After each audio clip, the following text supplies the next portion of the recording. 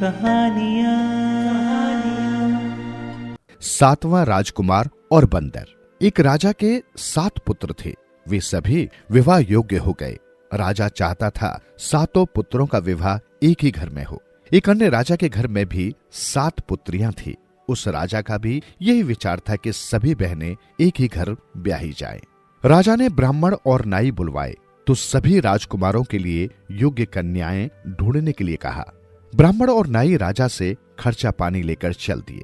जब वे तीसरे राज्य में पहुंचे तो उन्हें पता चला कि इस राजा की भी 7 राजकुमारियां हैं और वो भी एक ही घर में विवाह करना चाहता है।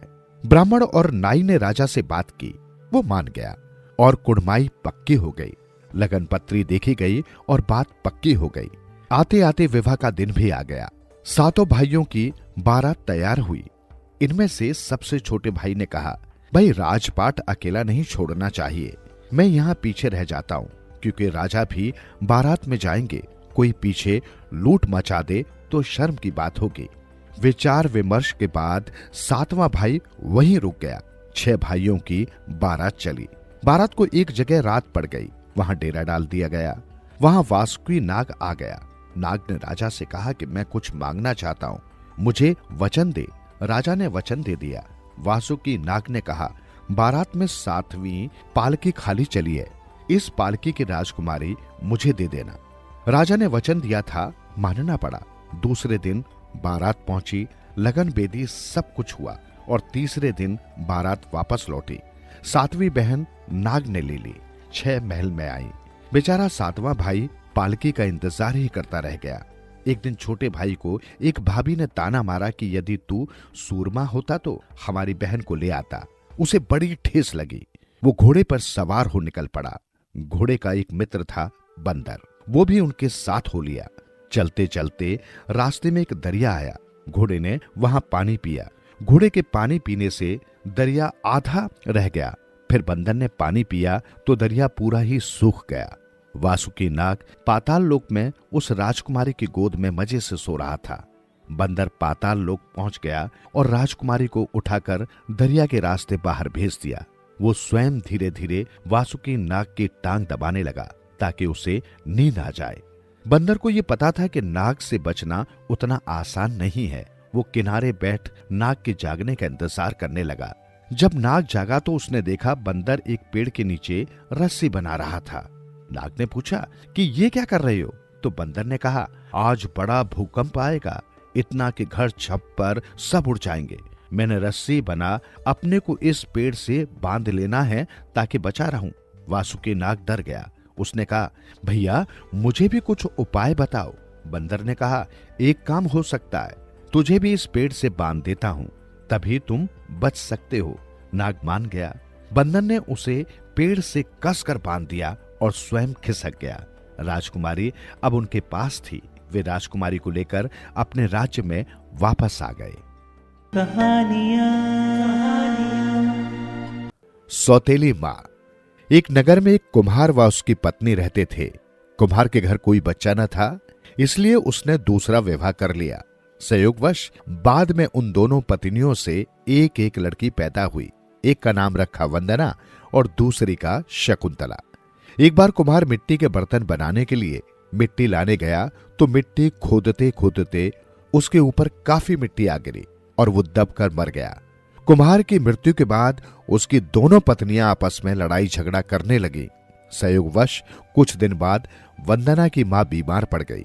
वो दूसरी पत्नी की बेटी शकुंतला को कहने लगी कि अगर मेरी मृत्यु हो गई तो तुम मेरी बेटी का अच्छी तरह से पालन पोषण करना और इसे अच्छा भोजन और अच्छे कपड़े देना। अपनी माता को भी समझाना उससे अच्छा बर्ताव करे। कुछ समय बीतने पर वंदना की मां मर गई। अब वंदना के लिए संसार ही डूब गया। पहले बाप मर गया और अब मां मर गई। अब इस दुनिया में उसका कोई नहीं था। अब सौतेली मां उसे तंग करने लगी। उसे बोरी के कपड़े पहनने को देती, आटे के बूरे की रोटी बनाकर खाने को देती और हर रोज उसे पशुओं के साथ जंगल में भेजती। लड़की जंगल में रोती रहती और शाम को घर आ जाती थी। कुछ दिन बाद उनकी भेड़ ने एक बच्चे को जन्म दिया। उसने प्यार से उसका नाम रामू रखा। भेड़ का बच्चा रामू जब बड़ा हुआ तो वह वंदना को अच्छा अच्छा खाना खिलाने लगा और अच्छे अच्छे कपड़े भी देने लगा। अब वंदना खुश रहती और स्वस्थ भी होने लगी। सौतेली माँ को शक हुआ। उसने एक बार अपनी लड़की भी उसके साथ जंगल में भेज दी कि पता कर ऐसी ऐसी वस्तुएं इसे कौन देता है। वापस आने पर लड़की ने अपनी माँ से कहा, एक भेड़ का बच्चा उसे अच्छी अच्छी चीजें देता है। ये सुनकर माँ कहने लगी, उस भेड़ के बच्चे को हम काट देंगे। वंदना ने भेड़ के बच्चे को सारी बात सुनाई। वो कहने लगा कि अगर मुझे काट ही दिया तो मेरे शरीर के 4 अंग घर के किसी कमरे के 4 किनारों में दबा देना। और सचमुच ही एक दिन उसने भेड़ के बच्चे को काट दिया। इसके बाद लड़की ने वैसा ही किया जैसा मरने से पहले उस भेड़ के बच्चे ने बताया था। उसके 4 अंग घर के कमरे में चारों ओर दबा दिए। एक बार की बात है, गांव से कुछ दूर मेला लगा तो वो दोनों माँ बेटी मेला देखने चली गई और वंदना को काफी काम बता गई कि घर की सफाई लिपाई करना, सारे कपड़े धोना, पशुओं को घास लाना, घर का पूरा काम करके रखना। वो घर में अकेली थी तब वो भेड़ का बच्चा फिर जीवित हो गया और वंदना से कहने लगा, तुझे भी मेला देखने जाना है तो तू चली जा। उसने कहा, मैं कैसे जा सकती हूं, मुझे तो बहुत काम करना है। भेड़ के बच्चे ने कहा, तेरा जो काम है उसे मैं कर दूंगा। लड़की कहने लगी, मेरे पास तो बोरी के कपड़े हैं और पांव के लिए जूते भी नहीं हैं। तब उसने कहा, जो तुमने कमरे के 4 किनारों में मेरे 4 अंग दबाए हैं उसको तू जाकर खोद। वंदना खोदने लगी तो क्या देखती है कि एक किनारे से उसे काफी धन मिला, दूसरे किनारे से काफी जेवर और तीसरे किनारे से उसे सुंदर कपड़े और जूते तथा चौथे किनारे से एक सुंदर सफेद घोड़ा। वंदना कपड़े और जेवर पहनकर घोड़े पर सवार होकर मेला देखने के लिए चली गई। वो बहुत सुंदर थी।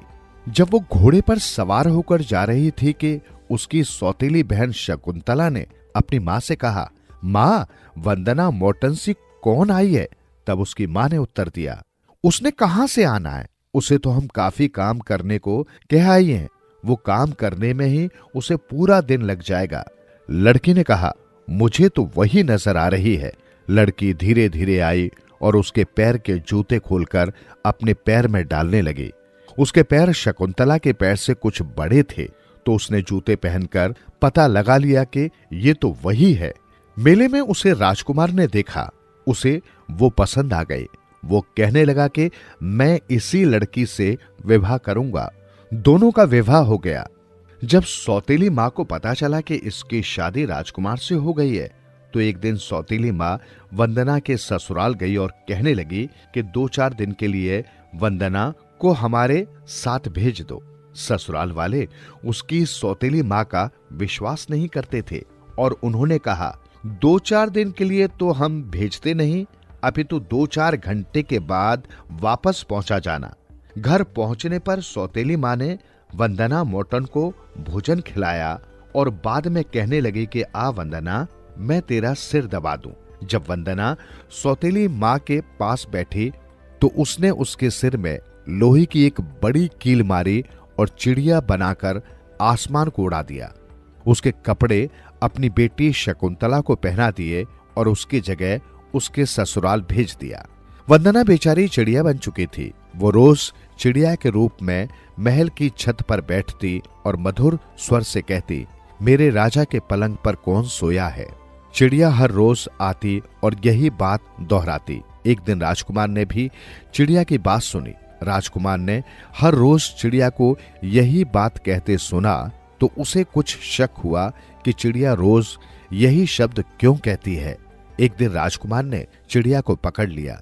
राजकुमार चिड़िया के सिर पर हाथ फेरने लगा। सिर में उसे कील सी नजर आई। राजकुमार ने कील उखाड़ दी तो चिड़िया एकदम वंदना में बदल गई। राजकुमार ने उसे पहचान लिया। राजकुमार को इस ठगी का पता चल गया। उसने वंदना को फिर से रानी बना लिया और उसकी सौतेली माँ और बहन को खाई में दबाने का हुक्म सुनाया। राजा ज्वालासेन। राजा विक्रमादित्य एक बार फिर पीपल के पेड़ के पास पहुंचे।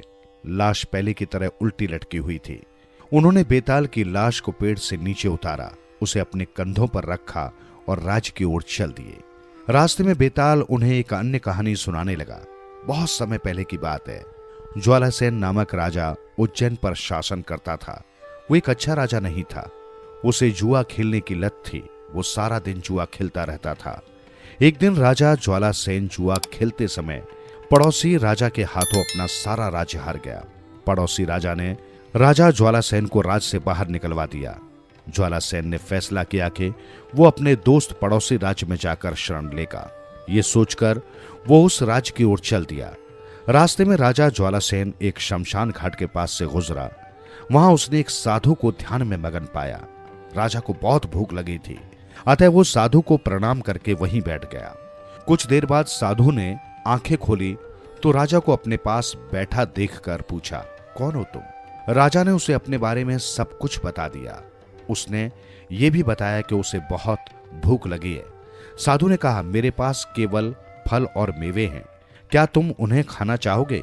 भूखे राजा ने हामी भर दी। उस समय उसे कुछ भी खाना मंजूर था। जब भूख लगती है तो इंसान कुछ भी खाने को तैयार हो जाता है। राजा जानता था कि उसे जंगल के रास्ते में खाने के लिए कहीं भी कुछ न मिल सकेगा। साधु ने अपने पास रखी खोपड़ी राजा ज्वालासेन के आगे कर दी, जिसमें फल और मेवे थे। लेकिन राजा खोपड़ी में रखी चीजें नहीं खाना चाहता था। उसने साधु से कहा, मैं एक राजा हूं, मैं इस खोपड़ी में नहीं खा सकता। ये सुनकर साधु मुस्कुराने लगा। फिर उसने कोई मंत्र पढ़ा और वहां एक सुंदरी प्रकट हो गई। साधु ने उससे कहा कि वो राजा को झोंपड़ी में ले जाए और सोने के सुंदर बर्तनों में स्वादिष्ट भोजन कराए। वो सुंदरी राजा को एक झोंपड़ी में ले गई, लेकिन वहां महल देखकर राजा हैरान रह गया। उसे सोने के बर्तनों में अच्छा खाना परोसा गया। राजा को भोजन के साथ साथ वो सुंदरी भी बहुत भा गई। भरपेट खाना खाने के बाद वो आराम करने लगा और उसे नींद आ गई। कई घंटे बाद राजा की नींद खुली। उसे देखकर दुख हुआ कि वहां कोई महल या सुंदरी नहीं थी। सब कुछ ओझल हो गया था। वो साधु के पास जाकर बोला, सब कुछ ओझल क्यों हो गया? साधु ने कहा, वो सब तो माया थी, मैंने उसे अपने जादू से रचा था। राजा ने साधु से कहा कि वो उसे भी ये कला सिखा दे। साधु ने कहा, इसके लिए बड़े अभ्यास और एकाग्रता की आवश्यकता होती है। राजा ने कहा कि वो ऐसा करने को तैयार है। तब साधु ने राजा को एक मंत्र दिया। राजा की खुशी का ठिकाना नहीं रहा। राजा ज्वालासेन ने सोचा कि साधु ने उसे जादू की छड़ी थमा दी है। वो तो यही चाहता था कि जल्दी से उस मंत्र द्वारा अपने लिए महल, दास दासियां और उस सुंदरी को बुला ले। साधु बोला, पहले 30 दिन तक पानी में खड़े रहकर और फिर 30 दिन तक आग के सामने बैठकर इस मंत्र का जप करना होगा। राजा ने वचन दिया कि वो वैसा ही करेगा जैसा उसने कहा है। उसने साधु से कहा कि वो एक बार उस सुंदरी को बुलाना चाहता है। राजा ने मंत्र पढ़ा, लेकिन कुछ नहीं हुआ। ये देखकर वो निराश हो गया। राजा ने सोचा था कि मंत्र पढ़ते ही वो सुंदरी सामने आ जाएगी, परंतु ऐसा नहीं हुआ। राजा ने साधु से पूछा, क्या यह वही मंत्र है जिसका जप आपने किया था? इससे तो कोई प्रभाव नहीं हुआ। साधु ने कहा, राजन, आपने मेरी बात पर गौर नहीं किया। आपको ये मंत्र अपने लिए सिद्ध करना होगा। इसके बिना ये केवल कुछ शब्द भर है, जिन्हें दोहराने से आपके हाथ कुछ नहीं आने वाला है। ये सुनकर राजा काफी निराश हो गया। राजा ने साधु से कहा, क्या आप मुझे कोई ऐसा मंत्र नहीं दे सकते जिसे सिद्ध न करना पड़े? मैं बस उसे मन ही मन दोहराऊं और मेरी इच्छा पूरी हो जाए। ये सुनकर साधु हंस दिया और बोला, राजन, आप मुझसे जिस मंत्र की बात कर रहे हैं उसे मंत्र नहीं, जादू कहा जाता है। जादू के जोर से आप पल भर में ही कोई चीज पैदा कर सकते हैं, उसका आनंद ले सकते हैं। लेकिन अगर मंत्र की दीक्षा लेंगे तो आपको पहले उसे सिद्ध करना होगा, तभी वो आपके काम आ सकेगा। बेताल ने कहानी खत्म करके राजा विक्रमादित्य से पूछा, विक्रम, अब तू ये बता कि मंत्र ने काम क्यों नहीं किया? क्या ये साधु का दोष था? यदि जानते हुए भी तूने उत्तर नहीं दिया तो तेरी खैर नहीं, मैं तेरे सिर के टुकड़े टुकड़े कर दूंगा। राजा विक्रमादित्य ने कहा, किसी भी मंत्र को जानने से कुछ नहीं होता, उसे अपने अभ्यास एवं एकाग्रता से सिद्ध किया जाता है। हालांकि राजा को बता दिया गया था कि पहले मंत्र को सिद्ध करना होगा, लेकिन उसका मन तो उस सुंदरी और अपने ऐशो आराम में लगा था। यही वजह है कि मंत्र ने काम नहीं किया। बेताल बोला, ओ राजा विक्रम, तूने एकदम सही उत्तर दिया। तेरे न्याय और दृष्टिकोण की जितनी भी प्रशंसा की जाए वो उतनी ही कम है। तू सचमुच एक न्यायी और बुद्धिमान राजा है। तुझे कई मामलों की काफी जानकारी है, लेकिन तू फिर बोला, इसलिए मैं वापस चला। ये कहकर बेताल पीपल के पेड़ की ओर उड़ने लगा। राजा फिर से उसके पीछे चल दिए ताकि उसे लाकर अपना वचन पूरा कर सकें। कफन। झोपड़े के द्वार पर बाप और बेटे दोनों एक बुझे हुए अलाव के सामने चुपचाप बैठे हुए हैं और अंदर बेटे की जवान बीबी बुधिया प्रसव वेदना में पछाड़ खा रही थी। रह रहकर उसके मुंह से ऐसी दिल हिला देने वाली आवाज निकलती थी कि दोनों कलेजा थाम लेते थे।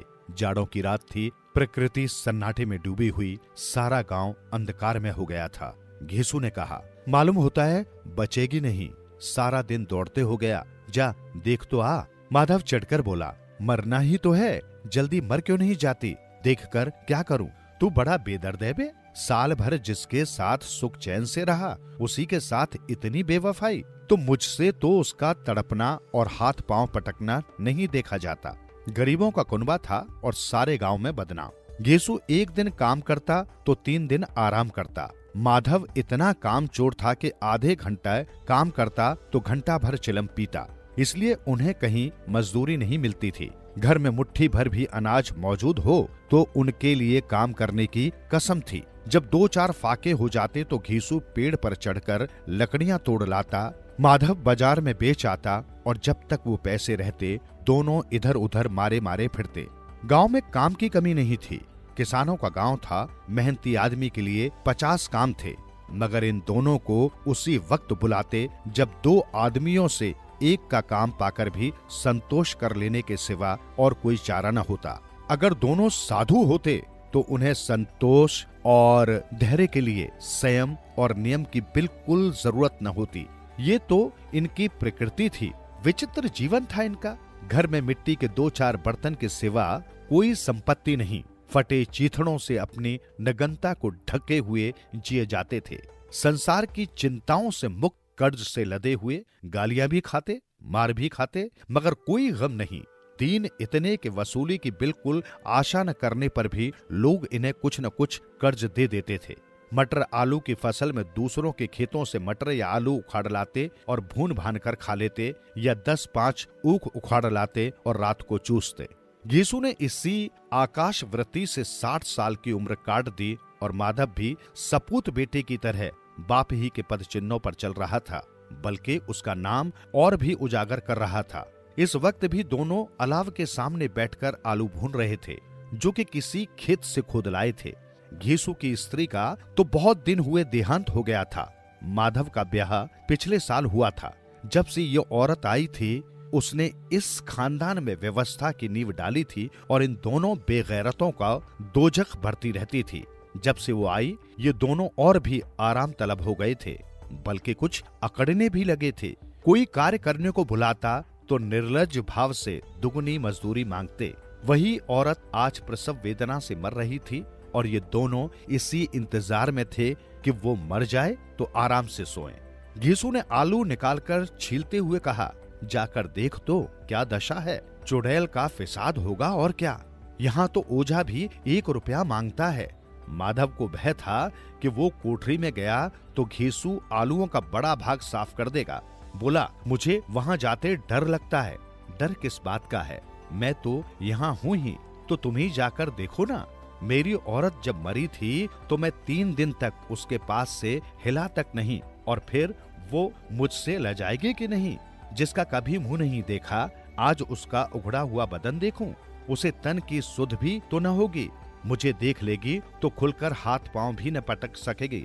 मैं सोचता हूँ कोई बाल बच्चा हुआ तो क्या होगा। सौंठ गुड़ तेल कुछ भी तो नहीं है घर में, सब कुछ आ जाएगा। भगवान दे तो। जो लोग अभी 1 पैसा नहीं दे रहे हैं, वे ही कल बुलाकर रुपए देंगे। मेरे 9 लड़के हुए, घर में कभी कुछ न था, मगर भगवान ने किसी न किसी तरह बेड़ा पार ही लगाया। जिस समाज में रात दिन मेहनत करने वालों की हालत उनकी हालत से कुछ बहुत अच्छी न थी, और किसानों के मुकाबले वे लोग जो किसानों की दुर्बलताओं से लाभ उठाना जानते थे कहीं ज्यादा संपन्न थे, वहां इस तरह की मनोवृत्ति का पैदा हो जाना कोई अचरज की बात न थी। हम तो कहेंगे घीसू किसानों से कहीं ज्यादा विचारवान था और किसानों के विचार शून्य समूह में शामिल होने के बदले बैठकबाजों की मंडली में जा मिला था। हाँ, उसमें ये शक्ति न थी कि बैठकबाजों के नियम और नीति का पालन करता, इसलिए जहाँ उसकी मंडली के और लोग गांव के सरगना और मुखिया बने हुए थे, उस पर सारा गांव उंगली उठाता था। फिर भी उसे ये तस्कीन तो थी ही कि अगर वो फटेहाल है तो कम से कम उसे किसानों की सी जी तोड़ मेहनत तो नहीं करनी पड़ती, और उसकी सरलता तथा निर्भयता से दूसरे लोग बेजा फायदा तो नहीं उठाते। दोनों आलू निकाल निकाल कर जलते जलते खाने लगे। कल से कुछ नहीं खाया था, इतना सब्र न था कि ठंडा हो जाने दे। कई बार दोनों की जबानें जल गईं। छिल जाने पर आलू का बाहरी हिस्सा जुबान, हलक और तालू को जला देता था, और उस अंगारे को मुंह में रखने से ज्यादा खैरियत इसी में थी कि वो अंदर पहुंच जाए। वहां उसे ठंडा करने के लिए काफी सामान थे, इसलिए दोनों जल्द जल्द निकल जाते। हालांकि इस कोशिश में उनकी आंखों से आंसू निकल आते। घीसू को उस वक्त ठाकुर की बारात याद आई जिसमें 20 साल पहले वो गया था। उस दावत में उसे जो तृप्ति मिली थी वो उसके जीवन में एक याद रखने लायक बात थी, और आज भी उसकी याद ताजा थी। बोला वो भोज नहीं भूलता। तब से फिर उस तरह का खाना और भरपेट नहीं मिला। लड़की वालों ने भरपेट पूड़ियां खिलाई थी सबको, छोटे बड़े सबने पूड़ियां खाई और असली घी की चटनी, रायता, 3 तरह के सूखे साग, एक रसेदार तरकारी, दही, चटनी, मिठाई। अब क्या बताऊं कि उस भोज में क्या स्वाद मिला। कोई रोक टोक नहीं थी, जो चीज चाहो मांगो, जितना चाहो खाओ। लोगों ने ऐसा खाया कि किसी से पानी न पिया गया। मगर परोसने वाले हैं कि पत्तल में गरम गरम गोल गोल स्वाद कचौड़ियां डाल देते। मना करते हैं कि नहीं चाहिए, पत्तल पर हाथ रुके हुए हैं, मगर वो हैं कि दिए जाते हैं। और जब सबने मुंह धो लिया तो पान इलायची भी मिली, मगर मुझे पान लेने की कहाँ सुध थी। खड़ा हुआ न जाता था, चटपट जाकर अपने कंबल पर लेट गया। ऐसा दिल दरियावा था वो ठाकुर। माधव ने इन पदार्थों का मन ही मन मजा लेते हुए कहा, अब हमें कोई ऐसा भोज नहीं खिलाता, अब कोई क्या खिलाएगा। वो जमाना दूसरा था, अब तो सबको किफायत सूझती है। शादी ब्याह में मत खर्च करो, क्रियाक्रम में मत खर्च करो। पूछो गरीबों का माल बटोर बटोर कर कहाँ रखोगे। बटोरने में तो कमी नहीं है, हाँ खर्च में किफायत सूझती है। तुमने 20 पूड़ियां खाई होंगी, 20 से ज्यादा खाई थी। मैं 50 खा जाता, 50 से कम मैंने न खाई होंगी। अच्छा पका था, तू तो मेरा आधा भी नहीं है। आलू खाकर दोनों ने पानी पिया और वहीं अलाव के सामने अपनी धोतियां ओढ़कर पांव पेट में डाले सो रहे, जैसे दो बड़े बड़े अजगर गेडुलिया मारे पड़े हों और बुधिया अभी तक करहा रही थी। सवेरे माधव ने कोठरी में जाकर देखा तो उसकी स्त्री ठंडी हो गई थी। उसके मुंह पर मक्खियां भिनक रही थी, पथराई हुई आंखें ऊपर टंगी हुई थी, सारी देह धूल से लथपथ हो रही थी। उसके पेट में बच्चा मर गया था। माधव भागा हुआ घीसू के पास आया, फिर दोनों जोर जोर से हाय हाय करने और छाती पीटने लगे। पड़ोस वालों ने ये रोना धोना सुना तो दौड़े हुए आए और पुराने मर्यादा के अनुसार इन अभागों को समझाने लगे, मगर ज्यादा रोने पीटने का अवसर न था। कफन और लकड़ी की फिक्र करनी थी। घर में तो पैसा इस तरह गायब था जैसे चील के घोंसले में मांस। बाप बेटे रोते हुए गांव के जमींदार के पास गए। वो इन दोनों की सूरत से नफरत करता था। कई बार इन्हें अपने हाथों से पीट चुके थे। चोरी करने के लिए, वादे पर काम पर न आने के लिए। पूछा, क्या है बे घिसुआ, रोता क्यों है? अब तो तू कहीं दिखलाई भी नहीं देता, मालूम होता है इस गांव में रहना नहीं चाहता। घीसू ने जमीन पर सिर रखकर आंखों में आंसू भरे हुए कहा, सरकार बड़ी विपत्ति में हूँ। माधव की घरवाली रात को गुजर गई। रात भर तड़पती रही सरकार। हम दोनों उसके सिरहाने बैठे रहे। दवा दारू जो कुछ हो सका सब कुछ किया, मुदा वो हमें दगा दे गई। अब कोई एक रोटी देने वाला भी न रहा। मालिक तबाह हो गए, घर उजड़ गया। आपका गुलाम हूँ, अब आपके सिवा कौन उसकी मिट्टी पार लगाएगा। हमारे हाथ में तो जो कुछ था वो सब तो दवा दारू में उठ गया। सरकार ही की दया होगी तो उसकी मिट्टी उठेगी। आपके सिवा किसके द्वार पर जाऊं? जमींदार साहब दयालु थे, मगर घीसू पर दया करना काले कंबल पर रंग चढ़ाना था। जी मैं तो आया, कह दे चल दूर हो जाए यहाँ से। यूं तो बुलाने से भी नहीं आता, आज जब गरज पड़ी तो आकर खुशामद कर रहा है, हरामखोर कहीं का बदमाश। लेकिन ये क्रोध या दंड देने का अवसर न था। जी में कुड़ते हुए 2 रुपए निकालकर फेंक दिए, मगर संतावना का एक शब्द भी मुंह से न निकला। उसकी तरफ ताका तक नहीं, जैसे सिर का बोझ उतारा हो। जब जमींदार साहब ने 2 रुपए दिए तो गांव के बनिए महाजनों को इनकार का साहस कैसे होता। घीसू जमींदार के नाम का ढिंडोरा भी पीटना जानता था। किसी ने 2 आने दिए, किसी ने 4 आने।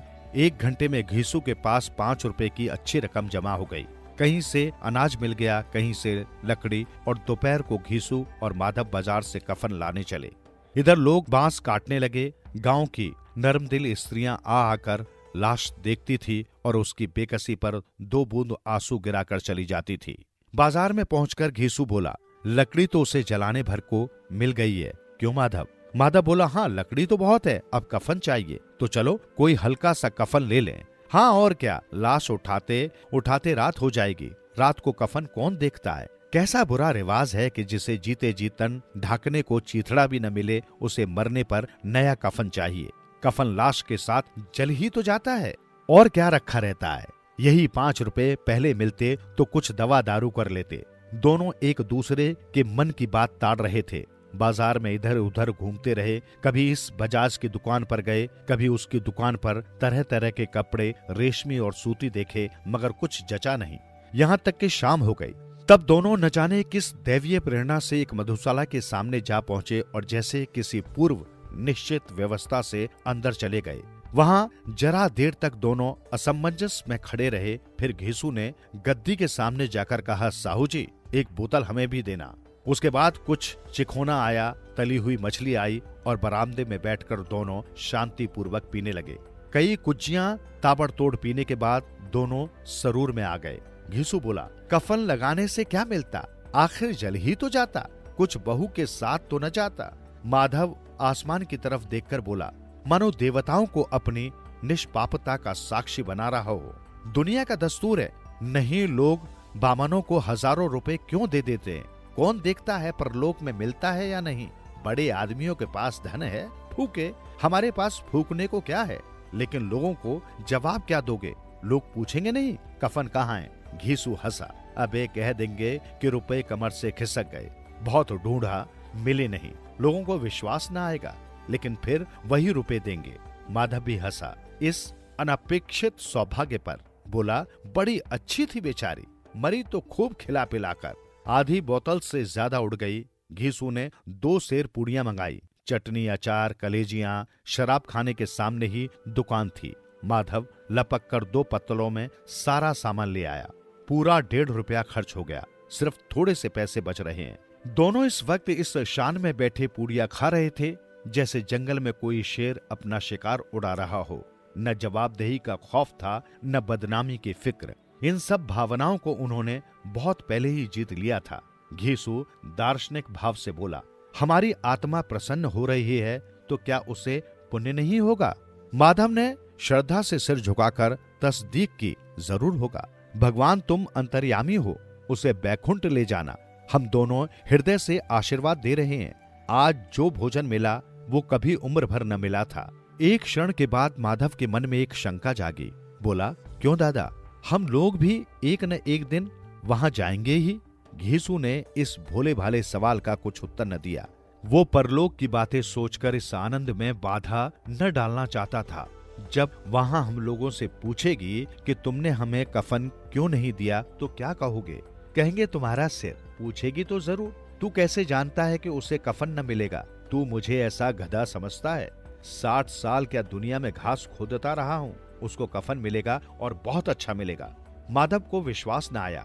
बोला, कौन देगा? रुपए तो तुमने चट कर दिए, वो तो मुझसे पूछेगी। उसकी मांग में तो सिंदूर मैंने डाला था। कौन देगा? बताते क्यों नहीं? वही लोग देंगे जिन्होंने अबके दिया। हाँ, अबके रुपए हमारे हाथ न आएंगे। ज्यों ज्यों अंधेरा बढ़ता था और सितारों की चमक तेज होती थी, मधुशाला की रौनक भी बढ़ जाती थी। कोई गाता था, कोई डींग मारता था, कोई अपने संगी के गले लिपट जाता था, कोई अपने दोस्त के मुंह में कुल्हड़ लगाए देता था। वहां के वातावरण में सरूर था, हवा में नशा। कितने तो यहाँ आकर एक चुल्लू में मस्त हो जाते थे। शराब से ज्यादा यहाँ की हवा उन पर नशा करती थी। जीवन की बाधाएं यहाँ खींच लाती थी और कुछ देर के लिए ये भूल जाते थे कि वे जीते हैं या मरते हैं, या न जीते हैं न मरते हैं। और ये दोनों बाप बेटे अब भी मजे से लेकर चुस्कियां ले रहे थे। सबकी निगाहें इनकी ओर जमी हुई थी। दोनों कितने भाग्य के बली हैं। पूरी बोतल बीच में है। भरपेट खाकर माधव ने बची हुई पूड़ियों का पत्तल उठाकर एक भिखारी को दे दिया, जो खड़ा इनकी ओर भूखी आंखों से देख रहा था। देने के गौरव, आनंद और उल्लास का अपने जीवन में पहली बार अनुभव किया। घीसू ने कहा, ले जा, खूब खा और आशीर्वाद दे। जिसकी कमाई है वो तो मर गई, मगर तेरा आशीर्वाद उसे जरूर पहुंचेगा। रोए रोए से आशीर्वाद दो, बड़ी गाढ़ी कमाई के पैसे हैं। माधव ने फिर आसमान की तरफ देखकर कहा, वो बैकुंठ में जाएगी दादा, बैकुंठ की रानी बनेगी। घीसू खड़ा हो गया और जैसे उल्लास की लहरों में तैरता हुआ बोला, हाँ बेटा, बैकुंठ में जाएगी। किसी को सताया नहीं, किसी को दबाया नहीं। मरते मरते हमारी जिंदगी की सबसे बड़ी लालसा पूरी कर गई। वो न बैकुंठ जाएगी तो क्या ये मोटे मोटे लोग जाएंगे, जो गरीबों को दोनों हाथों से लूटते हैं और अपने पाप को धोने के लिए गंगा में नहाते हैं और मंदिर में जल चढ़ाते हैं। श्रद्धालुता का ये रंग तुरंत ही बदल गया। अस्थिरता नशे की खासियत है। दुख और निराशा का दौरा हुआ। माधव बोला, मगर दादा, बेचारी ने जिंदगी में बड़ा दुख भोगा, कितना दुख झेलकर मरी। वो आंखों पर हाथ रखकर रोने लगा, चीखे मार मार कर। घीसू ने समझाया, क्यों रोता है बेटा, खुश हो के वो माया जाल से मुक्त हो गई, जंजाल से छूट गई। बड़ी भाग्यवान थी जो इतने जल्द माया मोह के बंधन तोड़ दिए। और दोनों खड़े होकर गाने लगे, ठगनी क्यों नैना झमकावे ठगनी। पियक्कड़ों की आंखें इनकी ओर लगी हुई थी और ये दोनों अपने दिल में मस्त गाए जाते थे। फिर दोनों नाचने लगे, उछले भी, कूदे भी, गिरे भी, मटके भी, भाव भी बताए, अभिनय भी किया और आखिरी नशे में मदमस्त होकर वहीं गिर पड़े। चोर कौन? एक शहर में एक व्यापारी रहता था। उसका व्यापार काफी दूर दूर तक फैला हुआ था। उसके काफिले तिब्बत, असम, बंगाल और कश्मीर तक जाते थे। व्यापारी धन धान्य से परिपूर्ण था। लक्ष्मी की उस पर असीम कृपा थी। उसे दुख तो था बस यही कि उसके कोई संतान नहीं थी। उसका सारा कामकाज सेवकों के बलबूते पर चलता था। वो अपने सेवकों के काम से प्रसन्न होकर उन्हें इनाम भी दिया करता था। सेवक भी उसके मालिक से प्रसन्न रहते थे। व्यापारी के गोदाम में अथाह माल पड़ा रहता था। उसकी देखभाल के लिए 4 पहरेदार नियुक्त थे। पहला पहरेदार ईमानदार था तथा लगन से माल की रखवाली करता था। दूसरा पहरेदार लापरवाह था, वो रात भर वहीं सोया रहता था। तीसरे पहरेदार की आदतें खराब थी, वो रात होते ही अपने नशे पानी के जुगाड़ में लग जाता था। चौथा पहरेदार तो सबसे गया बीता था, वो चोर था। जैसे ही रात होती वो इधर उधर चोरी करने निकल जाता। गोदाम का माल अगर सुरक्षित था तो सिर्फ ईमानदार पहरेदार की वजह से। लेकिन व्यापारी यही समझता था कि चारों पहरेदार लगन से चौकीदारी करते हैं और उसके गोदाम की हिफाजत करते हैं। इसलिए एक दिन खुश होकर व्यापारी ने चारों पहरेदारों को इनाम देने का निश्चय किया। उसने चारों को बुलाया। चारों पहुंच गए। व्यापारी मकान के छज्जे पर खड़ा था। उसने ऊपर से ही मोहरों की 4 थैलियां नीचे फेंक कर कहा, चारों एक एक बांट लेना। जब थैलियां नीचे आई तो चारों पहरेदार उन्हें लेने के लिए लपके। 3 पहरेदारों को तो थैलियां मिल गईं, पर जो ईमानदार चौकीदार था उसे थैली न मिली। पता नहीं चौथी थैली कहां गायब हो गई थी। ईमानदार चौकीदार ने व्यापारी से शिकायत की। व्यापारी समझ गया कि किसी पहरेदार ने 2 थैलियां हथिया ली हैं। व्यापारी को यह देखकर बहुत बुरा लगा कि उसका कोई सेवक बेईमान भी है। उसे किसी भी हालत में बेईमान सेवक स्वीकार नहीं था। वो उसी समय राजमहल पहुंचा और राजा को सारी बात कह सुनाई। राजा ने कोतवाल को बुलवाया और कहा, कल तक चोर का पता लगाओ, नहीं तो नौकरी से हाथ धोना पड़ेगा। कोतवाल परेशान हो गया। उसने चारों पहरेदारों को कोतवाली में बुलवाया और पूछताछ की। साम दाम दंड भेद की सारी नीतियां अपना ली, लेकिन चोर का पता न चला। गुस्से में आकर उसने चारों पहरेदारों को हवालात में बंद कर दिया और घर आकर बिना खाए पिए चारपाई पर लेट गया। ये तो स्पष्ट था कि उन चारों में से ही कोई एक चोर है, मगर वो सच्चाई स्वीकार करके अपना गुनाह कबूल करने को राजी नहीं था। यही सब देखकर कोतवाल को नौकरी हाथ से जाती नजर आ रही थी। यही उसकी चिंता का कारण था। कोतवाल की बेटी अपने पिता को चिंतित देखकर परेशान हो उठी। वो बड़ी सियानी और समझदार थी।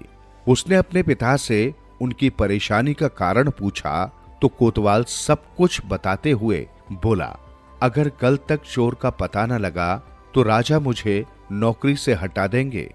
लड़की ने थोड़ी देर सोचकर कहा, आप चिंता मत कीजिए, चोर का पता मैं लगाऊंगी।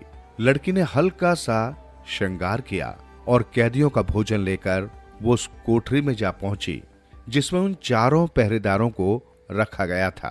पहरेदार एक युवती को अपने सामने देख हतप्रभ रह गए। कोतवाल की बेटी उनके मनोभावों को भांपकर मुस्कुराकर बोली, मैं यहाँ कैदियों को खाना खिलाती हूँ। जो कैदी मेरी कहानियां सुनता है उसे मैं भरपेट स्वादिष्ट भोजन खिलाती हूँ। कहानी सुनने में भला उनका क्या जाता था। स्वादिष्ट भोजन पाने के लालच में चारों ने कहानी सुनना मंजूर कर लिया। तब लड़की कहानी आरंभ करती हुई बोली, एक लड़की थी, बचपन में ही उसकी शादी हो गई थी। वो अपने माँ बाप के साथ रहती थी। जब वो बड़ी हो गई तो माँ बाप ने उसे पति के घर भेजने का निश्चय किया, मगर उस ससुराल से उसे लेने कोई नहीं आया। अतः वो साज श्रृंगार कर अकेली ही ससुराल की ओर चलती। रास्ता दुर्गम था, पर वो बिना घबराए आगे बढ़ती गई। अचानक रास्ते में उसे एक चोर मिला। उसने लड़की से सारे गहने उतार कर देने को कहा। लड़की ने विनती की कि वो पहली बार पति के घर जा रही है, अगर बदन पर गहने न हुए तो ससुराल वाले बुरा मानेंगे। सो पति के घर पहुंचकर वो गहने उसे सौंप देगी। चोर मान गया और उसके पीछे पीछे चलने लगा। आगे चलकर एक शराबी ने लड़की का रास्ता रोक लिया। लड़की ने उससे कहा, मैं ससुराल जा रही हूं, तुमसे बाद में मिलूंगी। शराबी लड़की पर मुग्ध हो गया। वो भी उसके पीछे चल पड़ा। थोड़ी दूर चलने पर लड़की को एक दानव ने रोक लिया। वो भूखा था। बोला, ये लड़की, मैं तुझे खाऊंगा। लड़की ने बिना घबराए उत्तर दिया, पहले मुझे पति के दर्शन कर लेने दो, फिर खा लेना। दानव ने उसकी बात मान ली। वो भी लड़की के साथ हो लिया। लड़की ससुराल पहुंची। उसने अपने सास ससुर और पति के पांव छुए। ससुराल वालों ने उसे भरपूर आशीर्वाद दिया। दरवाजे के बाहर चोर, शराबी और दानव खड़े थे। ऐसा मनोहर पारिवारिक दृश्य देखकर उनका मन पिघल गया।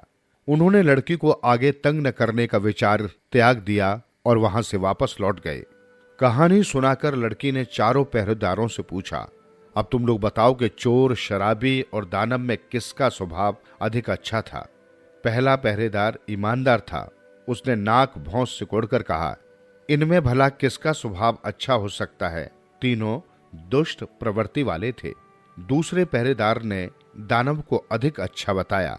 वो अपने उत्तर को तर्क की कसौटी में खरा उतारने की कोशिश करता हुआ बोला, देखो ना, भूखा होते हुए भी उसने लड़की को नहीं खाया। तीसरा पहरेदार बोला, अरे सबसे अच्छा शराबी था, देखो ना किस तरह उसने चुपचाप लड़की को जाने दिया। चौथा बोला, तुम लोग तो बेवकूफ हो, सबसे अच्छा तो चोर था, सामने इतने गहने होते हुए भी उसने लड़की को हाथ न लगाया। कोतवाल की लड़की चारों के उत्तर सुनकर समझ गई कि चोर कौन है। जो पहरेदार जिस प्रवृत्ति का था उसने उसी प्रवृत्ति वाले की प्रशंसा की थी। वो अपने मकसद में कामयाब हो गई थी। अतः घर लौट आई। उसने अपने पिता को बता दिया था कि असली चोर कौन है। दूसरे दिन सुबह होते ही कोतवाल हवालात में पहुंचा और चोर को राज दरबार में पेश कर दिया। राजा ने चोर को गौर से देखा और पूछा, मोहरों की थैली कहाँ है? पर चोर चोरी से इनकार करते हुए बोला, मैं बेकसूर हूँ महाराज, मुझे उस थैली के बारे में कुछ भी मालूम नहीं है। काफी पूछने पर भी जब चोर ने मोहरों की थैली का पता न बताया तो राजा को क्रोध आ गया। उसने चोर को फांसी की सजा सुना दी। अब चोर के देवता कूच कर गए। मौत के भय से वो सच्चाई उगलने के लिए विवश हो गया। उसने तुरंत राजा को मोहरों की थैली का पता बता दिया। इस प्रकार असली चोर पकड़ा गया और व्यापारी की आंखें खुल गई। उसने ईमानदार पहरेदार को इनाम ही नहीं दिया बल्कि उसे सब पहरेदारों का मुखिया भी बना दिया। उसके बाद उसने अपने सेवकों पर अंधविश्वास करना छोड़ दिया था। पिसी हुई राई। एक बार विजयनगर में पेट की कई अज्ञात बीमारियां फैल गईं। लगभग हर नागरिक अपच, ऐंठन और मरोड़ से पीड़ित था। सम्राट कृष्णदेव राय के कई दरबारी भी बिस्तर पर पड़े थे। राजवैद्य को बुलाया गया तो उसने सम्राट को सलाह दी, महाराज, ये बीमारी खान पान में मिलावट के कारण है। आप जांच कराइए, बाजारों में ऐसा क्या बिक रहा है जिसमें मिलावट है। राजा ने अपने कुछ विश्वासी अनुचर भेजकर बाजारों में बिकने वाली खाद्य सामग्री की जांच पड़ताल कराई। पता चला कि सब्जी बनाने में प्रयुक्त होने वाली पिसी राई में काले पत्थर का चूरा मिला है। सम्राट के आदेश पर पिसी हुई राई बेचने वाले दुकानदारों को पकड़ लिया गया। राजा ने भरे दरबार में उन दुकानदारों को 10-10 वर्ष के कठोर कारावास की सजा दे दी। सजा सुनकर दुकानदारों की ओर से उनके हित में लाख सफाइयां दी गई। अनेक रिश्तेदारों ने लाख मिन्नतें समझाते की, मगर कुछ सुनवाई नहीं हुई। सब ओर से विवश होकर दुकानदारों के रिश्तेदार तेनालीराम के पास पहुंचे। उसे बताया, श्रीमान, सजा पाए दुकानदारों में कोई भी स्वयं राई नहीं पीसता। राज्य में राई पीसने की चक्की केवल पुरोहित के एक रिश्तेदार की है। उसी से पिसी हुई राई लेकर सारे दुकानदार राई बेचते हैं। उनके पास उसकी जांच करने के साधन भी नहीं है, फिर वही दंड के भागीदारी क्यों? तेनालीराम ने ध्यान पूर्वक उनकी बातें सुनी, फिर उन्हें समझा बुझाकर घर वापस भेज दिया। वो काफी देर तक सोच विचार करता रहा कि अब क्या करे। उधर सम्राट कृष्णदेव राय इस विषय में इतने कठोर बन गए थे कि किसी की बात तक सुनना पसंद नहीं करते थे। काफी देर सोचने के बाद अचानक वो अपनी जगह से उठे और तुंगभद्रा के किनारे बसे बस्ती में जा पहुंचे। वहां जाकर वो हर झोंपड़ी में घुसकर वहां रखे पानी भरे मटके तोड़ने लगे। ये देखकर सारी बस्ती में कोहराम मच गया। लोग चिल्लाने लगे, तेनालीराम पागल हो गया है, तेनालीराम पागल हो गया है। कुछ मछुआरे भागे भागे राजधानी पहुंचे। उन्होंने राजा कृष्णदेव राय को खबर दी तो राजा ये सब सुनकर भौचक्के रह गए। उन्हें इस बात पर विश्वास नहीं हुआ। वो तुरंत अपने साथ अंगरक्षकों को लेकर मछुआरों की बस्ती पहुंचे। तेनालीराम अभी तक पागल सा मटके तोड़ रहा था।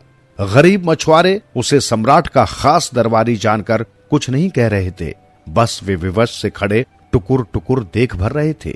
सम्राट कृष्णदेव राय तेनालीराम की यह हरकत देखकर तुरंत घोड़े से उतर पड़े और तेनालीराम को पुकारा, रुक जाओ तेनालीराम, ये क्या कर रहे हो? मटके तोड़ रहा हूं महाराज। तेनालीराम बोला, आप देख रहे हैं ना, हर मटके में गंदा पानी भरा है, इसे ये लोग पिएंगे तो बीमार नहीं पड़ेंगे क्या? सम्राट ने तेनालीराम की बात सुनकर आगे बढ़कर हाथ पकड़ लिया और बोले, होश में आओ तेनालीराम, इसमें इनका क्या दोष है? देखते नहीं तुंगभद्रा में ऊपर से गंदा पानी आ रहा है। ये आप क्या कह रहे हैं महाराज? सहसा तेनालीराम गंभीर होकर बोला, हाँ। सम्राट बोले, ये तो नदी का दोष है जिससे ये पानी लेते हैं, इसमें इनका और मटकों का क्या दोष है? लेकिन महाराज, तेनालीराम अटकते हुए बोला, लेकिन क्या? महाराज ने पूछा तो तेनालीराम बोला, आपने पिसी राई के मामले में तो ये नीति नहीं अपनाई थी। जैसा आपने उन्हें दोषी समझा, उसी प्रकार मैं भी समझा कि अपराध उसका है जिसके पास अशुद्ध वस्तु मिले, भले ही उसने वो कहीं से भी प्राप्त की हो। तेनालीराम के इतना कहते ही सम्राट कृष्णदेव राय सारी बात समझ गए। राजधानी वापस आकर उन्होंने सब दुकानदारों को मुक्त कर दिया और पुरोहित के रिश्तेदार को बुलवाकर उसे दंडित किया। फिर उन्होंने तेनालीराम को अपने पास बुलाया और इनाम देते हुए कहा, तुम धन्य हो तेनालीराम, बिना कुछ कहे हमारी गलत सोच का भी हमें एहसास करा दिया। सभी दुकानदार और उनके रिश्तेदारों ने भी तेनालीराम को धन्यवाद दिया। हकीम नटराज और असली राजा। एक देश का राजा बड़ा आलसी किस्म का था। उसे हर समय ऐसा लगता था कि वो बीमार हो गया है। उसका कोई भी काम करने का मन नहीं करता था। जिंदगी बुझी बुझी आशाएं निराशाओं में बदली रहीं। उसका मन करता कि वो सारा दिन आरामदायक पलंग पर सोता रहे और कुछ भी काम काज न करे। बीमार होने के बावजूद वो खूब खाता पीता रहता। उसकी सेहत भी बहुत अच्छी थी, बस उसके अंदर निराशा, उत्साहहीनता और आलस से भर गया था। लेटा लेटा वो हवाई किले बनाता रहता। राजदरबार का महत्वपूर्ण कामकाज रुक गया था। मंत्री दरबारी सभी अपने अपने स्वार्थ साधने में लगे थे। वे गरीब जनता को नए नए कर लगाकर लूटने लग गए। चोर लुटेरे एवं ठग सक्रिय हो गए। हर तरफ अराजकता और अफरा तफरी का माहौल बन गया। कुल मिलाकर ऐसा लगने लगा था कि जैसे देश में कानून और इंसाफ का नामो निशान मिट गया है तथा हर तरफ जंगल राज है। इतना कुछ होने पर भी राजा को देश की चिंता नहीं हुई। वो यही सोचता था कि उसे अभी इलाज की जरूरत है ताकि जिंदगी में चुस्ती फुर्ती व ताजगी आ सके तथा कुछ नया करने का जोश पैदा हो सके। अपने इलाज के लिए वैद्य हकीमों को बुलाया। वैद्य हकीम राजा को जांचते परखते और बता देते कि उन्हें कोई बीमारी नहीं है। ये सुनते ही राजा आग बबूला हो जाता।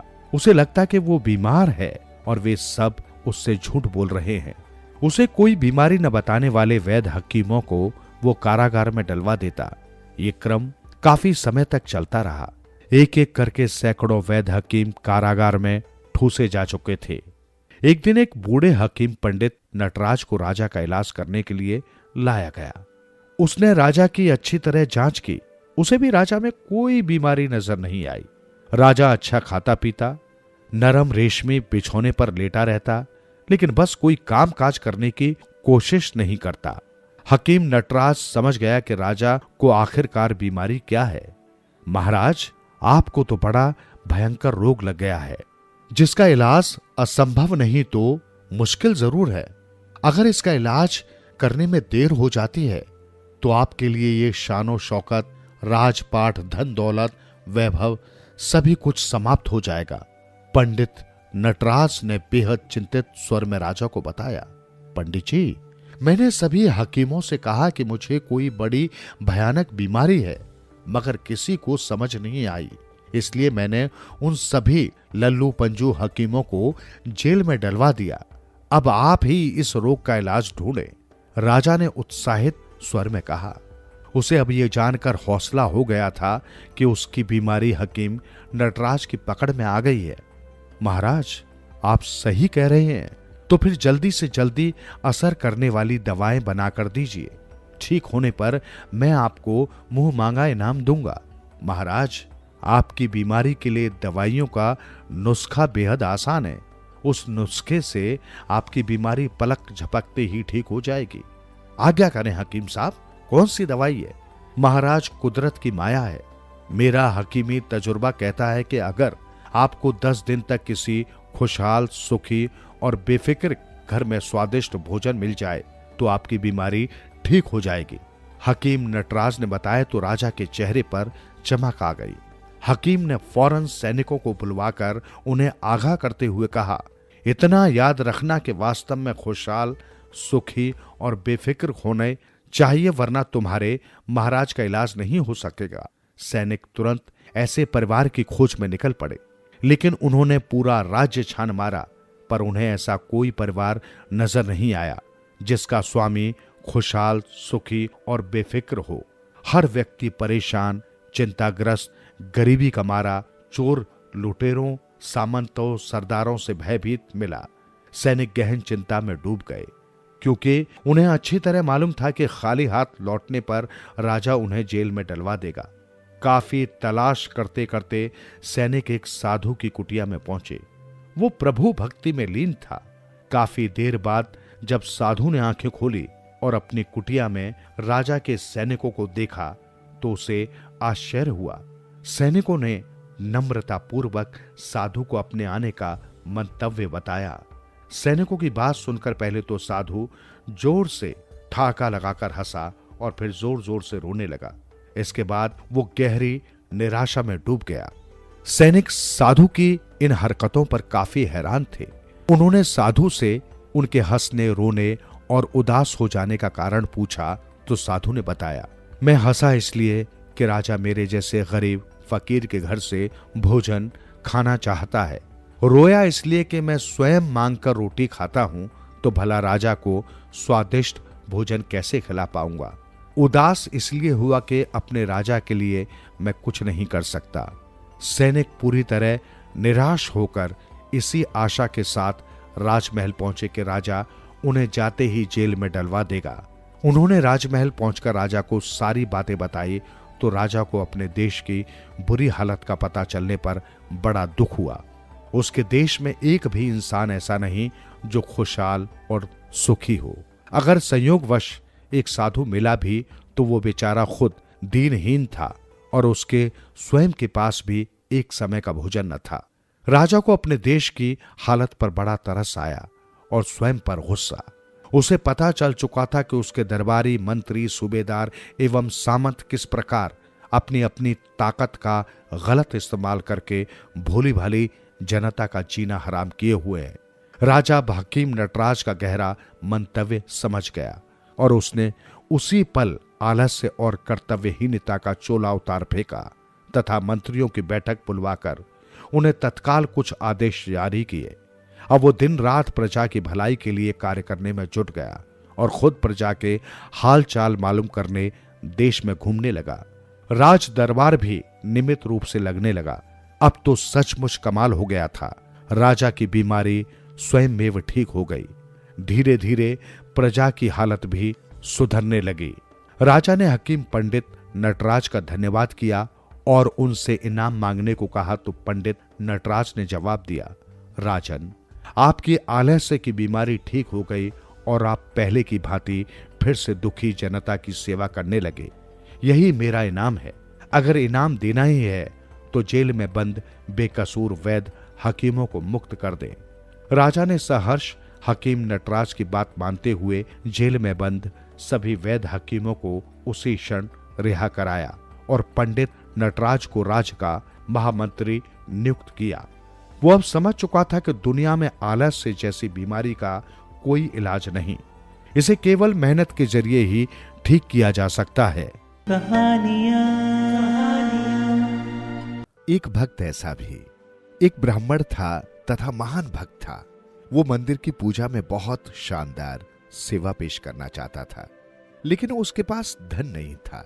एक दिन की बात है, वो भागवत पाठ में बैठा हुआ था और उसने सुना कि नारायण मन में भी पूजे जा सकते हैं। उसने इस अवसर का लाभ उठाया क्योंकि वो एक लंबे समय से सोच रहा था कि कैसे बहुत शान से नारायण की पूजा करूं, लेकिन उसके पास धन नहीं था। जब वो ये समझ गया कि मन के भीतर नारायण की पूजा कर सकते हैं तो गोदावरी नदी में स्नान करने के बाद वो एक पेड़ के नीचे बैठा हुआ था। अपने मन के भीतर वो बहुत खूबसूरत सिंहासन का निर्माण कर रहा था। गहनों के साथ लदी और सिंहासन पर भगवान की मूर्ति को रखते हुए वो भगवान का गंगा, यमुना, गोदावरी, नर्मदा, कावेरी नदी के जल के साथ अभिषेक कर रहा था। फिर बहुत अच्छी तरह से भगवान का श्रृंगार कर रहा था और फूल माला के साथ पूजा कर रहा था। वो बहुत अच्छी तरह से भोजन पका रहा था और वो मीठे चावल पका रहा था। वो परखना चाहता था क्या वो बहुत गर्म थे, क्योंकि भोजन बहुत गर्म नहीं लिया जाता है। तो उसने भोजन में अपनी उंगली डाली और उसकी उंगली जल गई। तब उसका ध्यान टूटा क्योंकि वहां कुछ भी नहीं था, केवल अपने मन के भीतर वो सब कुछ कर रहा था। लेकिन उसने अपनी उंगली जली हुई देखी तो वो चकित रह गया। इस तरह बैकुंठ से नारायण मुस्कुरा रहे थे। देवी लक्ष्मी जी ने पूछा, आप क्यों मुस्कुरा रहे हैं? मेरा एक भक्त अति प्रभावी मानस पूजन कर रहा है। मेरे अन्य धनिक भक्त सब उच्च साधनों से, सामग्रियों से मेरी अर्चना करते हैं, लेकिन मन भटकता रहता है। इस समर्पित भक्त का वास बैकुंठ में होना चाहिए। अतः मेरे दूतों को तुरंत भेजो उसे बैकुंठ लाने के लिए। साथियों, भक्ति योग इतना अच्छा है कि भले ही आपके पास भगवान की भव्य पूजा के लिए साधन न हो, आप मन के भीतर ये कर सकते हो। ये भी संभव है। धूर्त सांप। नंदन वन में एक भयानक काला सांप रहता था। युवा अवस्था में उसने पूरे वन में आतंक मचा रखा था, किंतु काल चक्र के अनुसार अब वह बूढ़ा हो चुका था। उसकी अवस्था दिन प्रतिदिन बिगड़ती गई, यहां तक कि अब दुर्बलता के कारण वो शिकार भी नहीं कर पाता था। ये सब होने पर भी वो बड़ा धूर्त और षड्यंत्रकारी था। कल ही उसने अपना पेट भरने के लिए एक नई योजना बनाई थी, जिस पर अमल करने के लिए वो अपनी बांबी से बाहर निकलकर धीरे धीरे रेंगने लगा। अब उसके बाहर निकलने पर किसी प्रकार की कोई हलचल नहीं होती थी। जो जीव उसकी शक्ल देखकर डर जाते थे, अब तो उनसे मित्रता करके ही समय काटा जा सकता था। उसके बड़े बूढ़ों ने यही पाठ पढ़ाया था कि समय के साथ बदल जाना ही बुद्धिमानी है। यही कारण था कि इस सर्प ने अपने आप को पूरी तरह से बदल लिया था। आज जब वो अपने बिल से बाहर निकला तो सामने बैठे कुछ मेढकों को स्वयं प्रणाम किया। अरे नागराज, आप तो हमारे पूज्य हैं, बड़े हैं, हमारा ही फर्ज है कि आपको प्रणाम करें। आप हमें प्रणाम करके क्यों पाप का भागी बनाते हैं? बेटे, जब बच्चे जवान हो जाते हैं तो उन्हें बराबरी का दर्जा दिया जाता है। अब तुम लोग बड़े हो गए हो, इसलिए हमारा तुम्हारा रिश्ता मित्रों वाला है। अब मैं कोई छोटा या बड़ा नहीं। नागराज, ये तो आपकी महानता है, आप हमें बराबरी का दर्जा दे रहे हैं, मेढक सरदार ने कहा। बच्चों, ये मत भूलो कि संतान ही बुढ़ापे का सहारा होती है। अब तो हम बूढ़े अपने खाने के लिए चिंतित हैं, सोचते हैं कि तुम्हारे जैसे कुछ जवान बेटे मिल जाएं तो कुछ चिंता कम हो। हम आपकी सेवा के लिए हर पल हाजिर हैं। कहिए, हम आपके किस काम आ सकते हैं?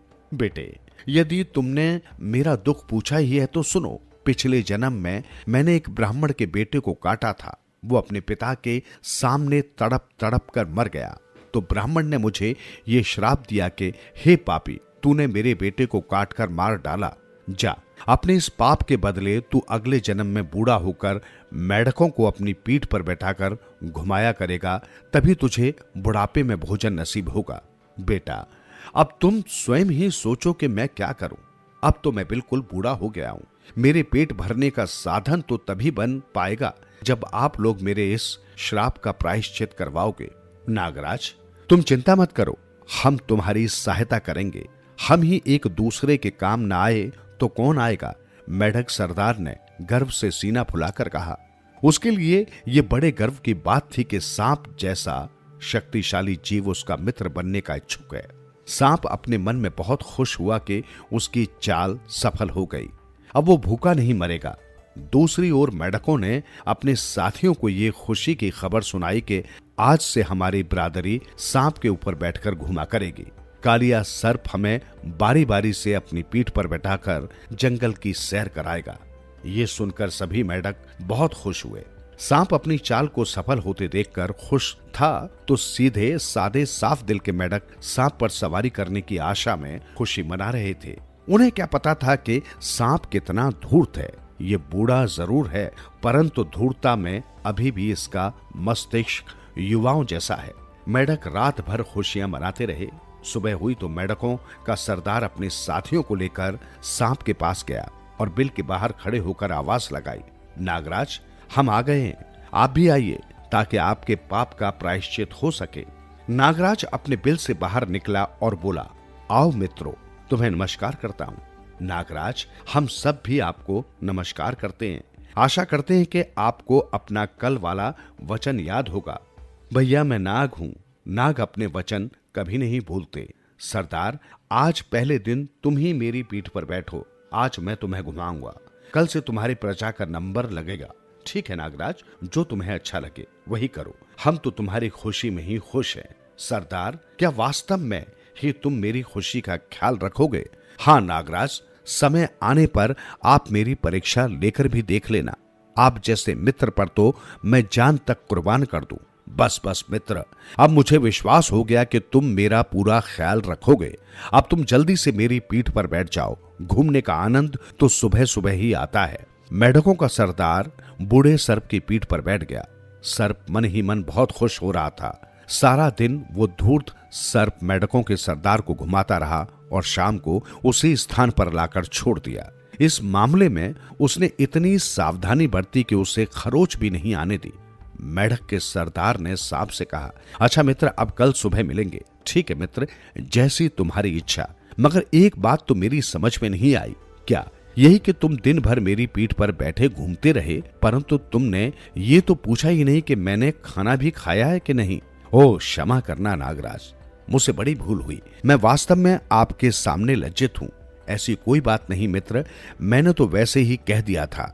तुम्हारे जैसे मित्र के लिए तो मैं भूखा रहकर भी जीवन गुजार सकता हूं। आखिर मेरे पाप का प्रायश्चित तो हो ही रहा है।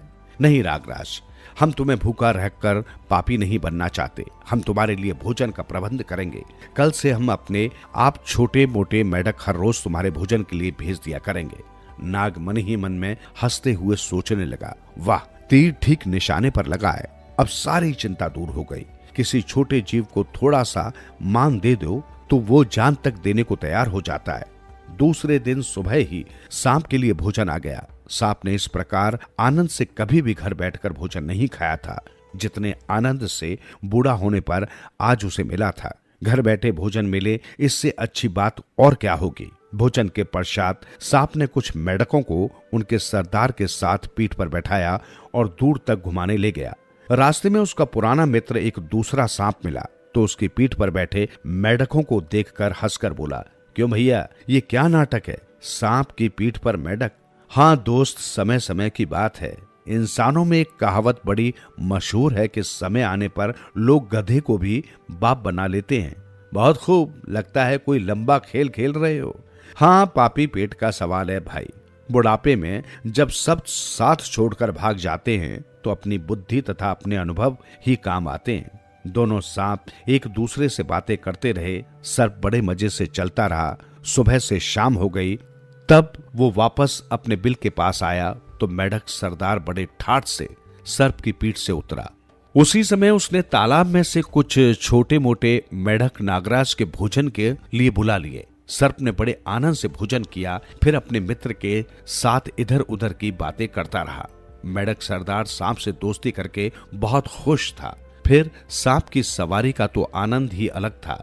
जो कोई भी जंतु उसे सांप की पीठ पर बैठे देखता था वही हैरान होता था। उसके मुंह से यही शब्द निकलते, तुम बड़े भाग्यशाली हो सरदार, जो सांप पर सवारी करते हो। जो सदा से हमारी बरादरी का शत्रु रहा है उसे ही आपने अपनी बुद्धि से अपना दास बना लिया। अरे भाई, ये सब राजनीति की चालें हैं। यदि सभी ऐसी चालें चले तो हम में और साधारण मेढक में फर्क क्या रहा? सरदार गर्व से कहता। समय बीत रहा था। नागराज अपना बुढ़ापा बड़े मजे से काट रहा था। अब उसे किसी प्रकार की चिंता नहीं थी। धीरे धीरे उस सांप ने पास के तालाब के सारे मेढक खा लिए। अब केवल सरदार ही बाकी बचा था। एक दिन सुबह सरदार उसके पास घूमने जाने के लिए आया तो सांप ने सबसे पहले उससे यही पूछा, मेरा भोजन कहाँ है? नागराज, मुझे बड़े दुख के साथ कहना पड़ रहा है कि मेरी सारी प्रजा समाप्त हो गई। प्रजा ही समाप्त हुई है ना, तुम तो अभी जीवित हो। ये कहते हुए उस काले सांप ने मेढक सरदार को भी खा लिया। गोनू झा की खेतीबाड़ी। किस्सा उन दिनों का है जब गोनू का विवाह हुआ 1 वर्ष का समय हो चुका था। उसकी पत्नी बहुत सुंदर और बुद्धिमान थी। गोनू सुंदर पत्नी के प्रेम में पड़कर ऐसे निहाल हुआ कि खेती बाड़ी और घर के अन्य कार्यों से उनका ध्यान बिल्कुल ही हट गया। पत्नी के पीछे वो वैसे ही दीवाने हो गए जैसे कभी गोस्वामी तुलसीदास अपनी पत्नी रत्नावली के प्रेम में हुए थे। नतीजा ये निकला कि उनकी खेतीबाड़ी चौपट हो गई। पत्नी ने कई बार समझाया कि मेरे वजह खेतीबाड़ी के कामों में रुचि लो, लेकिन गोनू हर बार हंसकर टाल जाते। लेकिन एक बार जब पत्नी ने उन्हें ये चेतावनी दे डाली कि यदि इसी प्रकार निठल्ले होकर बैठे रहोगे तो मैं अपने मायके चली जाऊंगी, तो गोनू ने खेती के कार्यों में रुचि लेनी आरंभ की। खेतों में बिजाई का समय आ चुका था, लेकिन इस बार गोनू को खेत जोतने गोड़ने के लिए कोई मजदूर न मिला। खेती वैसे भी कोई ज्यादा बड़ी नहीं थी। उनकी घर के आसपास के बाड़े की थोड़ी सी जमीन थी जिसमें आमतौर पर सब्जियां उगाई जाती थी, परंतु उस जमीन को जोतने गोड़ने के लिए आखिर मजदूर तो चाहिए ही थे। इस बार गांव में मजदूरों का अभाव था। इसके अलावा गोनू की आर्थिक स्थिति भी अच्छी नहीं थी। वो स्वयं न तो हल जोत सकते थे और न कुदाल ही चला सकते थे। पंडित आदमी थे। पढ़ना लिखना, व्यंग विनोद करना, हंसना हंसाना, यही दिनचर्या थी उनकी। पत्नी ने उन्हें टोका, बोली, पंडित जी महाराज, आखिर घर बैठे तो जमीन जोत गुड़ नहीं जाएगी। जब समय ही बीत जाएगा तो जमीन को जोत गुड़ कर भी क्या होगा? कोई सब्जी तो उसमें उगेगी नहीं। इसलिए जितनी जल्दी हो सके जमीन को जोतने और गोड़ने की व्यवस्था करो। गोनू ने हुंकार सी भरी, बोले, सब ठीक हो जाएगा, तुम क्यों चिंता करती हो? वाह, चिंता क्यों न करूं, खेती से ही तो हमारा गुजारा होता है। तुम क्या समझते हो कि यूं ही इधर उधर लोगों के पास जाकर गप्पे लड़ाना और व्यंग विनोद करने से ही खेती हो जाएगी? मैं तो स्त्री हूँ, इसलिए मजदूरों के टोले में जा नहीं सकती, अन्यथा मैं ही सारे प्रबंध कर लेती, पत्नी ने खींचते हुए कहा। गोनू झा कुछ देर पहले ही गांव में कुछ लोगों को बेवकूफ बनाकर उनका उपहास करके घर लौटे थे। उनका इरादा था कि पहले लोटा, डोल और गमछा लेकर वो कुएं पर स्नान करेंगे, बाद में अपने नित्य के दैनिक कार्यों से फारिग होंगे। देवी पूजा में विलंब हो रहा था। पत्नी ने बाड़ी जोतने और सब्जी उगाने की याद दिलाई तो मुस्कुराए, बोले, मैं क्या करूं, कोई मजदूर मिला ही नहीं है। मंगला को संदेश भेजा है, नहीं आया। लखना को खबर भिजवाई, वो भी नहीं आया। अब रघुआ को खबर करता हूँ, हो गई इस तरह से खेती। पत्नी झल्लाई, लेकिन भाई मैं तो कुदाल चलाने से रहा। गोनू ने विवशता जताई, बोले, एक बात तो बताओ, कहीं तुम पिछली बार उन लोगों की वो मजदूरी देना तो नहीं भूल गई थी जो काम पिछले बरस हमने उनसे करवाया था? संभव है ये लोग इसलिए काम करने के लिए टालम टोल कर रहे हो? धन्य हो महाराज, पत्नी दोनों हाथ जोड़कर तीखे स्वर में बोली। महीनों हो गए इस बात को, क्या इतने दिन तक वे लोग हमारे भरोसे काम छोड़े बैठे रहते? वे सब अपनी अपनी मजदूरी ले गए हैं। दरअसल बात यह है कि आजकल हमारी गरीबी का बड़ा प्रचार हो रहा है। शायद ये मजदूर भी यही सोचने लगे हों कि गोनू झा से मजदूरी तो मिलने वाली नहीं है, कहीं वे हमसे मुफ्त में काम न करवा लें। अब तो बाहर से ही मजदूर लाने पड़ेंगे। दूसरे दिन गोनू ने साफ सुथरे कपड़े पहने, तेल लगाकर नरम की हुई चमर चौंधी जूतियां पहनी और सुबह सवेरे ही गांव से बाहर निकल गए। रास्ते में दिशा मैदान से लौटते कई आदमियों ने उन्हें टोका भी कि गोनू आज सुबह कहाँ चले गए? गोनू मुस्कुराकर उत्तर देते कि पड़ोस के गांव में मजदूर लेने जा रहा हूँ। प्रश्नकर्ता उनका उत्तर सुनकर मुस्कुरा देता कि गोनू को अब गांव में मजदूर भी नहीं मिलते। वैसे गोनू जब भी बाहर जाते तो कोई न कोई चमत्कार करके जरूर लौटते थे। कभी किसी विद्वान पंडित को शास्त्रार्थ में हरा दिया तो कभी कोई वाद विवाद प्रतियोगिता जीतकर बैलों की जोड़ी ले आते। गांव वालों के लिए उनका गांव से बाहर जाना भी उत्सुकता से भरा हुआ होता था। 3-4 दिन बाद गोनू वापस लौटे। उन्होंने मलमल का साफ सुथरा कुर्ता पहना हुआ था, माथे पर बड़ा सा त्रिपुंड लगाए हुए और कंधे पर एक बड़ा सा झोला लटका हुआ था जो बहुत भारी प्रतीत होता था। उनके आने की खबर जैसे ही गांव वालों को मिली, गांव के लोग उनकी बैठक पर पहुंचने लगे। किसी ने पूछ लिया, पंडित जी, आप तो पड़ोस के गांव से खेतों की जुताई के लिए मजदूर लाने गए थे, फिर खाली हाथ क्यों वापस लौटे? पड़ोस का गांव इतनी दूर नहीं है, फिर 4 दिन कहाँ रहे? दूसरे गांव वालों ने प्रश्न दाग दिया। गोनू ने किसी भी प्रश्न का उत्तर न दिया। आराम से पहले जूतियां उतारी, झोला उठाकर खुंटी पर टांगा, कुर्ता उतारा और दूसरी खुंटी पर टांग दिया। फिर पालथी मारकर आराम से तख्त पर बैठ गए। बोले, हाँ तो भाई लखना, क्या पूछ रहे थे तुम? मैं ये पूछ रहा था पंडित जी कि आप गए तो थे पड़ोस के गांव से खेती के लिए मजदूर लाने, लेकिन लौटे हो खाली हाथ, क्या मजदूर नहीं मिले? और तुम क्या पूछ रहे थे मंगलू? यही ना कि मैं 4 दिन बाद क्यों लौटा? तो सुन लो, मैं गया था मजदूर लाने ही, लेकिन वहां मैंने चर्चा सुनी कि विक्रमपुर में बनारस का कोई पंडित आया हुआ है। उसने ऐलान कर रखा है कि जो कोई भी उसे शास्त्रार्थ में हरा देगा वो उसे मुंह मांगा इनाम देगा। मैंने जब ये बात सुनी तो मैं स्वयं को रोक न सका और पहुंच गया विक्रमपुर। जमकर शास्त्रार्थ हुआ दोनों में। मैंने ऐसे ऐसे प्रश्न पूछे कि बनारस के पंडित की बोलती ही बंद हो गई। जो कुछ पास में था सब मुझे देकर अपने घर चला गया। इतना दे गया कि पूरे साल कमाने की कोई जरूरत ही नहीं है, गोनू ने बताया। शाम होते होते सारे गांव में ये बात फैल गई कि गोनू झा इस बार इनाम में खूब धन लेकर लौटे हैं। रात को सोने के समय गोनू की पत्नी ने उनसे पूछा, पंडित जी सारे गांव में चर्चा है कि इस बार तुम काफी धन इनाम में जीत कर लाए हो, क्या ये बात सच है? बिल्कुल सच है, गोनू झा बोले। लेकिन तभी उनकी निगाह मकान की एक खिड़की पर केंद्रित हो गई।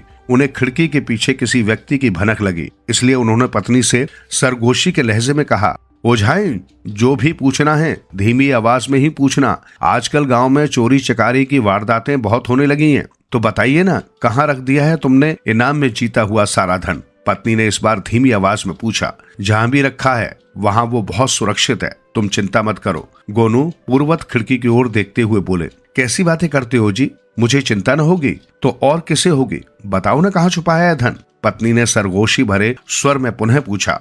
तुम जिद कर रही हो तो सुनो, गोनू बोले। मैंने अपना सारा धन और तुम्हारे सभी आभूषण एक छोटी सी संदूकची में रखकर खेत में गाड़ दिए हैं। खेत में? हाय राम, ये कैसा अनाड़ीपन कर डाला तुमने? पत्नी तनिक ऊंची आवाज में बोली। खेत में किसी ने खोदकर संदूकची निकाल ली तो? मुझे क्या मूर्ख समझा है? संदूकची मैंने ऐसी जगह गाड़ी है कि चोरों के बाप को भी पता नहीं लग सकता। 10-5 चोर मिलकर चाहे पूरे खेत को क्यों न खोद डाले, संदूकची उनके हाथ नहीं लगने वाली। गोनू बड़े इत्मीनान से बोले। तभी उनकी नजर फिर खिड़की की ओर गई। खिड़की के पीछे छिपी मानव आकृति अब गायब हो चुकी थी। आराम से सो ओझाइन, गोनू बोले। संदूकची कहीं जाने वाली नहीं है। उसके बाद गोनू तो आराम से सो गए, लेकिन संदूकची की चिंता में ओझाइन को बड़ी देर के बाद नींद आई। सुबह उठकर नित्य की भांति जब गोनू दिशा मैदान करने के लिए खेत पर पहुंचे तो उन्होंने देखा कि सारा खेत खुदा पड़ा है। घर आकर उन्होंने सारी बात अपनी पत्नी को बताई तो वो सनका खा गई। घबराकर बोली, हाय राम, ये क्या हुआ? चोरों ने सारा खेत खोद डाला। हाय, वो तो हमारी संदूकची निकाल कर ले गए होंगे। गोनू हंस पड़े और बहुत देर तक हंसते ही रहे। अरे ये सारा माल चला गया और तुम्हें हंसी सूझ रही है? पत्नी खींचती हुई बोली। कुछ नहीं गया, सब कुछ सुरक्षित है, गोनू बोले। लेकिन खेत तो सारा ही खुदा पड़ा है, वो संदूकची और उसमें रखा। पत्नी की बात बीच में ही काटकर गोनू बोले, कैसी संदूकची, कैसा धन? वो तो मैंने चोरों को बहकाने के लिए एक चाल चली थी और वो मेरी चाल में फंस गए। तो क्या तुम्हें पहले से ही मालूम था कि आज हमारे घर चोर चोरी करने के लिए आएंगे? पत्नी ने आश्चर्यचकित स्वर में पूछा। बिल्कुल मालूम था। रात जब तुम मुझसे धन के बारे में पूछ रही थी उस वक्त एक चोर खिड़की के पास कान सटाए हम दोनों की बातें सुन रहा था। जैसे ही मैंने तुम्हें ये बताया कि धन से भरी संदूकची मैंने खेत में छुपा रखी है, ये सुनकर वो चुपचाप वहां से खिसक गया। उसने अपने साथियों को ये बात बताई होगी और उसके साथी कुदाले और फावड़े लेकर खेत में पहुंचकर संदूकची ढूंढने लगे होंगे। उसी के परिणाम स्वरूप हमारे पूरे खेत को खोद डाला उन्होंने। बेचारों को बड़ी निराशा हुई होगी। माल तो हाथ लगा नहीं, सारी रात खेत को खोदते रहे। चलो अच्छा ही हुआ, पत्नी बोली। मुफ्त में खेत की खुदाई हो गई। अब बीज डलवा दो खेत में और चैन से खेती करो। हाँ, सो तो करूंगा ही, गोनू बोले, पर मैं किसी की मजदूरी मारना नहीं चाहूंगा। खेत में जो भी सब्जी उगेगी उसका कुछ हिस्सा चोरों के यहाँ भी पहुंचवा दूंगा। तो क्या तुम जानते हो कि वो चोर कौन है? पत्नी बोली। हाँ जानता हूँ, चोर कहीं बाहर के नहीं, अपने ही गाँव के हैं। गोनू बोले। अच्छा जरा बताओ तो कौन कौन से हैं? अरे वही अपने गांव का घुरिया और उसके संगी साथी। खिड़की से हमारी बातें जिसने सुनी थी उसे तो मैंने रात को ही पहचान लिया था। वो मंगलू था जो दिन में मुझसे पूछ रहा था कि आप गए तो थे मजदूर लाने, पर खाली हाथ कैसे लौट आए। मेरा विचार है कि अब आगे से वे हमारे घर चोरी करने से पहले 10 बार सोचेंगे। गोनू की बातें सुनकर पत्नी भी खिलखिलाकर हंस पड़ी और बोली, ये तो वही मसाल हो गई, चोर को पड़ गए मोर। बेचारे आए तो थे चोरी करने और हाथ कुछ नहीं आया। गोनू मुस्कुरा कर रह गए।